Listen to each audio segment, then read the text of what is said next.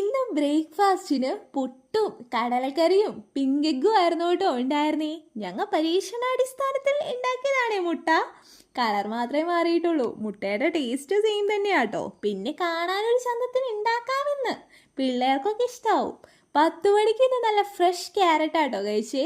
മുയൽ കഴിഞ്ഞാൽ ക്യാരറ്റ് പച്ചക്ക് കഴിക്കുന്നത് എനിക്കാവും ഏറ്റവും ഇഷ്ടം. അതാണ് വേണ്ടത്, മനസ്സിലാവുമല്ലോ അല്ലേ? ഉച്ചയ്ക്ക് ചോറിന് പാവയ്ക്ക തീയലും ബീഫ് ഫ്രൈയും കിട്ടില സർലാസും പാവയ്ക്ക ചക്കക്കുരുവും മെഴുക്കുവരട്ടിയായിരുന്നു കേട്ടോ ഉണ്ടായിരുന്നേ.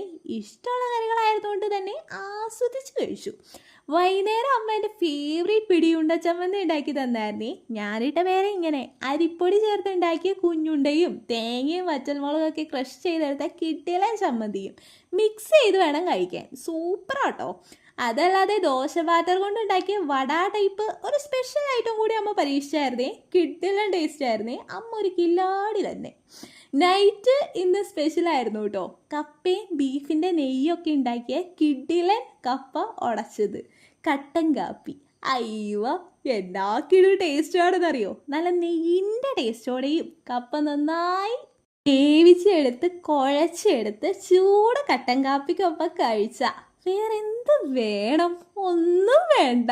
അതുകൊണ്ട് ഇന്നിനി മധുരം പോലും വേണ്ട, അല്ലെങ്കിൽ ആ വായിലെ ടേസ്റ്റ് പോയില്ലേ. അപ്പോൾ വീഡിയോ ഇഷ്ടമായാൽ കൂടെ കൂടില്ലേ.